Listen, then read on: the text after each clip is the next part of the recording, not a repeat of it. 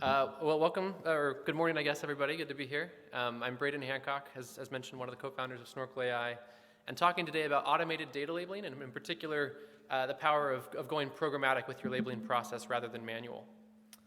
So to set the stage a little bit, I think I'm probably preaching to the choir here, but if you're going to build an AI application, maybe I'll scoot away a little bit. Can you all hear me okay still? I'll just talk loud. If you're going to build an AI application, you need a number of different ingredients. A model to train, an architect or an infrastructure to run it on, and then ultimately run inference with, and then the training data to actually teach it what it needs to know. And the first two here become increasingly, can I give you a minute? Sure. Increasingly commoditized in recent years. From the standpoint of, it's like almost literally, just a couple lines of code for you to have the latest, state-of-the-art model available in training from a great model zoo, or standard, latest, greatest, we'll say, of GPUs and things from a cloud provider. But the training data is really the differentiator and has increasingly become the lion's share of time spent getting a model trained into market, because that's the piece that's particular to your problem, that only you know, that you need to convey, and that ends up taking a lot of time. And the reason why it takes so much time right now, for the most part, is because that approach is often very manual. It's a manual labeling process where individuals take a look at individual examples one by one, adding labels, and that's slow, it's expensive, it's inefficient, comes with a whole host of problems, and it's a big reason why this bottleneck exists. And so, naturally, practitioners have wondered, are there ways to automate parts of this process? A variety of different approaches have been tried here, and part of what I'm covering today in this talk is two major buckets, I guess, that you can think of in terms of what's being automated, is it the right amount, and how much of a difference does it make? So is it possible to automate too much? Yes. If you pull the human out of the loop entirely, like that just doesn't work. The human has the domain knowledge, the human knows the problem, the human knows the class boundaries. Somewhere the human needs to be in the loop. Anyone who says otherwise is selling something, and it's probably snake oil, right? On the too little side, you see a lot of approaches that are trying to make the manual annotation process faster, and they do work, but they're marginal. You can sort of clean up the edges, make things a little bit faster in different ways. We'll go over some of these approaches, but it's not order of magnitude difference that remains a big bottleneck for you. And so the sweet spot, the Goldilocks zone we'd like to be in, is automating as much as is possible in the labeling process while still keeping the human very much in the loop and driving. And we found that programmatic labeling is the technique and the approach that fits best here, and does end up giving you the sort of order of magnitude speed-ups that make a significant difference. So give a little background. This is the Snorkel AI is rooted in technology which began about 5 or 6 years ago as part of the Stanford AI Lab, where a number of us were basically projecting forward, looking at the way that the world was going, deep learning models, data hungry, less feature engineering, saw that a lot of things were going to basically go the way that I mentioned, commoditized, but data labeling was going to be the bottleneck. And so we did pretty thorough exploration of all these different techniques and tried to identify what does have the most promise for ultimately unblocking this bottleneck and letting the labeling process be just dramatically more efficient. And then since then, of course, have worked with great companies, customers, collaborators, et cetera. So the key idea, I'll go into more detail in a moment later on here, but the key idea around this programmatic labeling, which I've alluded to, is that we're going to change the interface, change the input that the user is providing. So instead of providing manual labels one by one, looking at individual examples, you're actually going to provide, as a domain expert, labeling rationales, reasons why you would label certain examples certain ways, and then combine these, layer these, and now conveniently it's still human-driven knowledge, human intuition that's guiding the labeling process. But now that you've encoded these labeling rationales and functions that can be executed, the labeling process can happen at the speed of computer, not the speed of human, and that makes a world of difference. So outline the remainder of this talk, I'm going to go over some of the manual labeling plus techniques, I call them, some of these sort of small optimizations around the edges that make manual labeling a little bit more efficient, and then programmatic labeling, which has that fundamental shift around a different type of input that's more scalable. And then Snorkel Flow, the platform we've built based on these ideas and the things we've learned over the past 5 or 6 years of applying this, and then finally a couple case studies. So starting with manual labeling, and I apologize, I'm sure that the text is a little bit small for folks here, but I've mentioned there's limitations here just kind of fundamentally. On the scalability side, your millionth label takes as much time to collect as your first or as your 100th. It never gets faster or more efficient. It's the amount of human time you throw at the problem, that's how many labels you can get. It also has a hard time then adapting because when you need to change labels, it's an entirely manual process. You need to, sometimes go and retouch every single individual example, with human eyes and human time, because nothing is automated around the actual, transfer of knowledge, I guess, from the human. There are privacy and expertise constraints as well, because if humans need to see each and every example, that's either a lot of one human's time, like person weeks or months, or a lot of people now looking at your data, and that outsourcing or transfer of data to external labeling services is often a fundamental, just non-starter, I guess, for a lot of companies and their data. And then finally, reproducibility, transparency. These are topics that are increasingly on enterprise companies' minds because people want to know, why is my model doing what it's doing? What was being used to create these labels? What process, what decisions were being made? Since this model, people are increasingly appreciating, models are a sponge. It's the data that actually tells them what to do. And so having a more transparent, reproducible, governable process there makes a big difference. And manual labeling just doesn't have that. One variant of manual labeling that I've seen in recent years, and I've also experimented with myself to see how much of a difference it can make, is what's often called model-assisted labeling or pre-labeling. And the basic idea here is that you're going to take a model that maybe one that's being trained as you add more labels, look at what its suggested prediction would be, and then you can accept or reject rather than having to add that label yourself.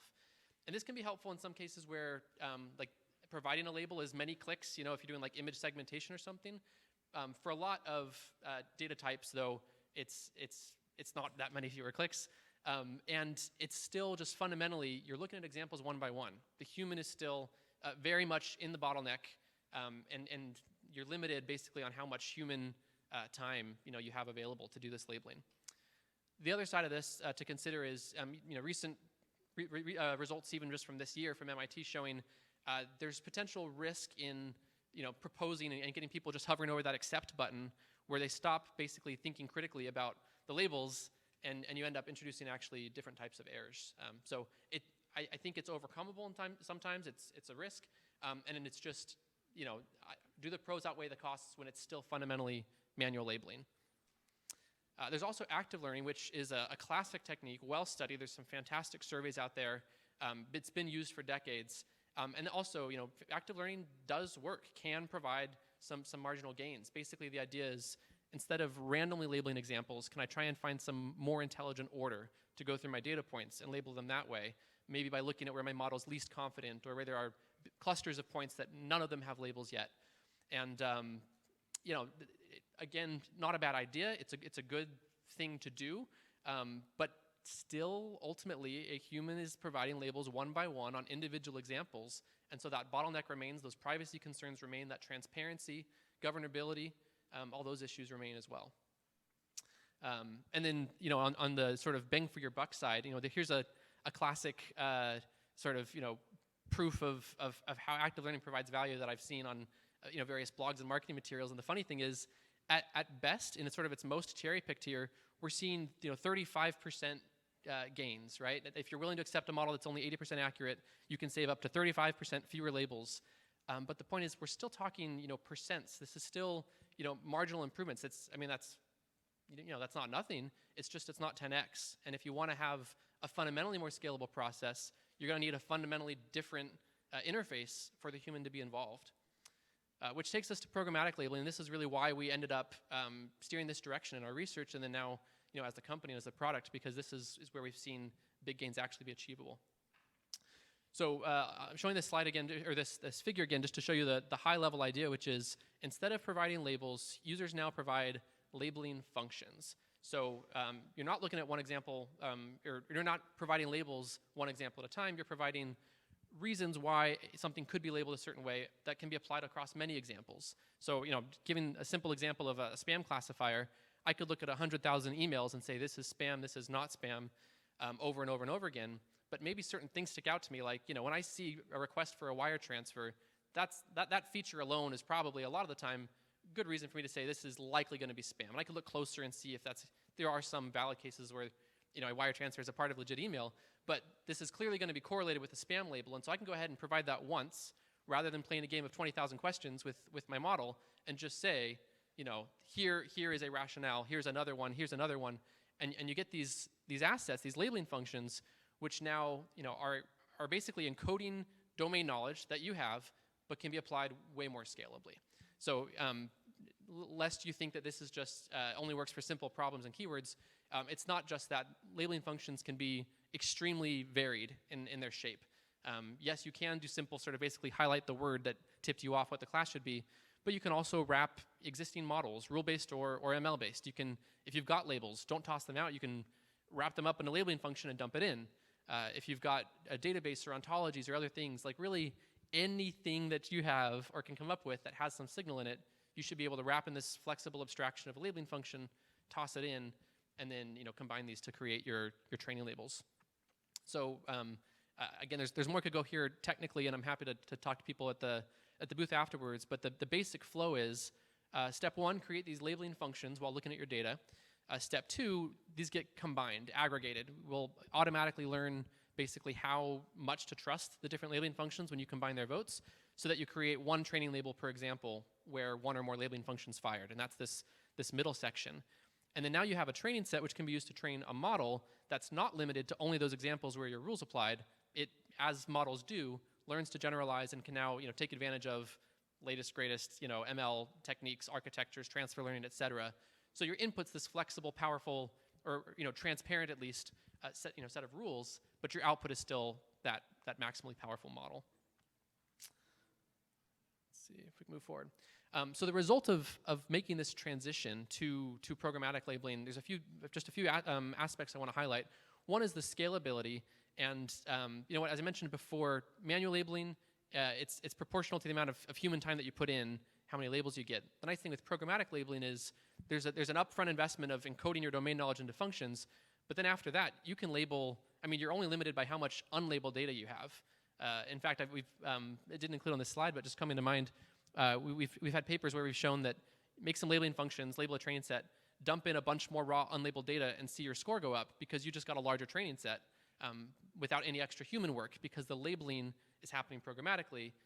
Your effort was just encoding that knowledge, but then the training set's now effectively unbounded in size, really just limited on how many raw examples you have, which is pretty cool.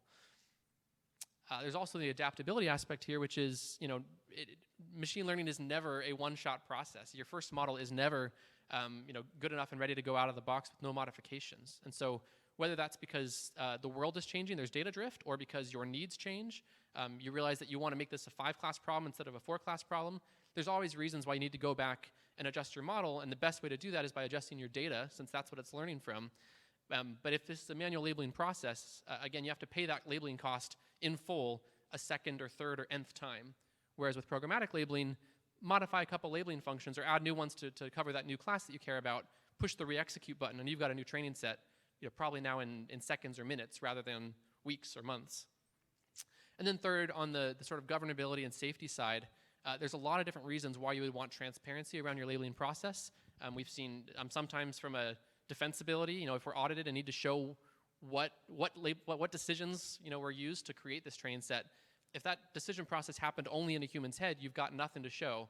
Whereas if that's encoded in functions, you can say, this line of code, this is where this bias is coming, and you can remove that or update it or make changes.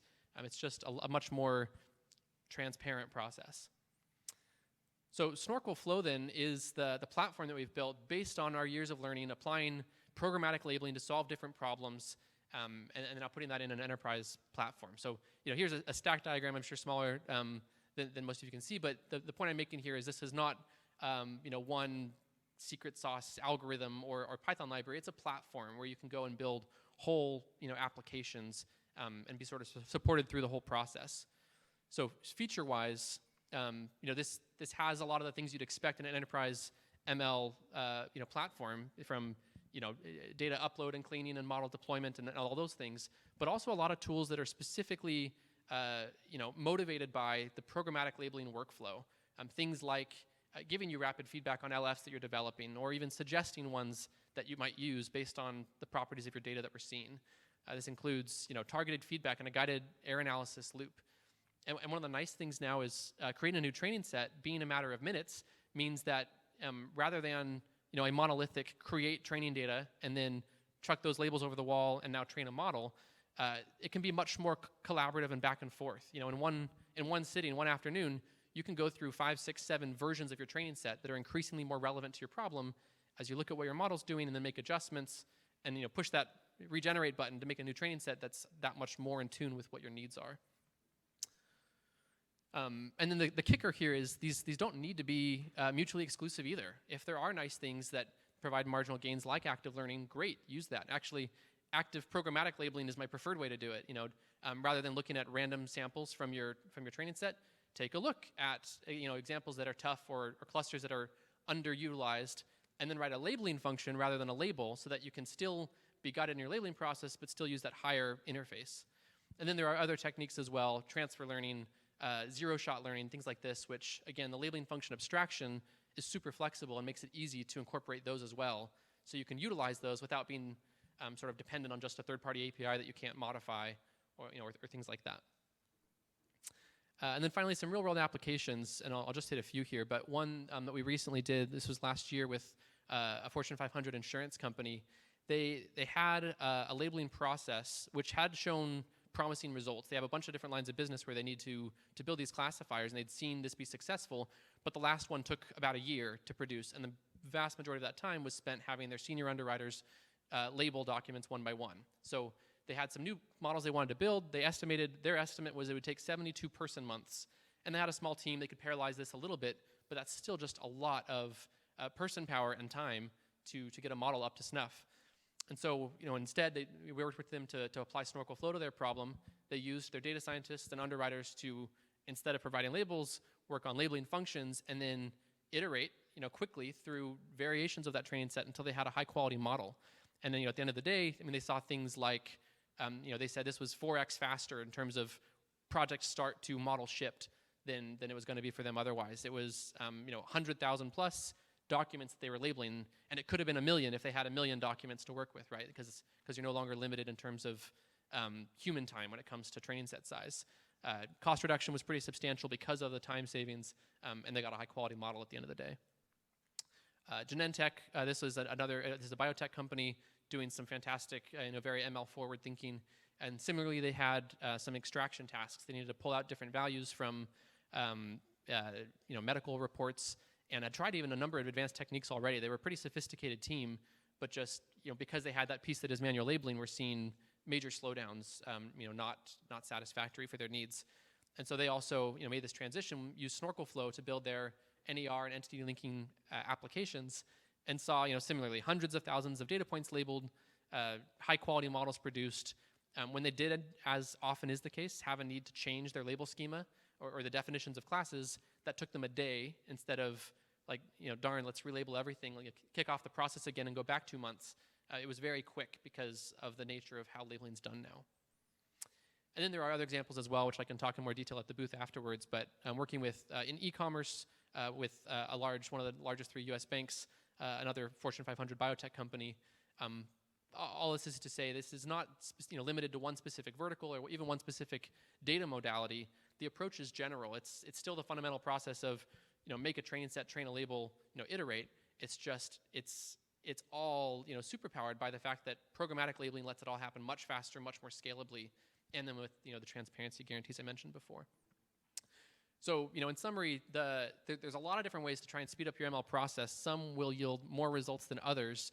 We've found in our experience researching this and then applying it in the real world that programmatic labeling is the single biggest differentiator that will really have the potential to orders of magnitude change your process rather than sort of marginal gains. And that comes with both speed and cost, but also transparency, reproducibility, and other benefits like this, which are growing and increasingly important to enterprise customers. And yeah, that's the bulk of the talk. As I mentioned, I'll be at the booth just right outside, down the hall, for the next hour or so, and happy to talk to people with more questions.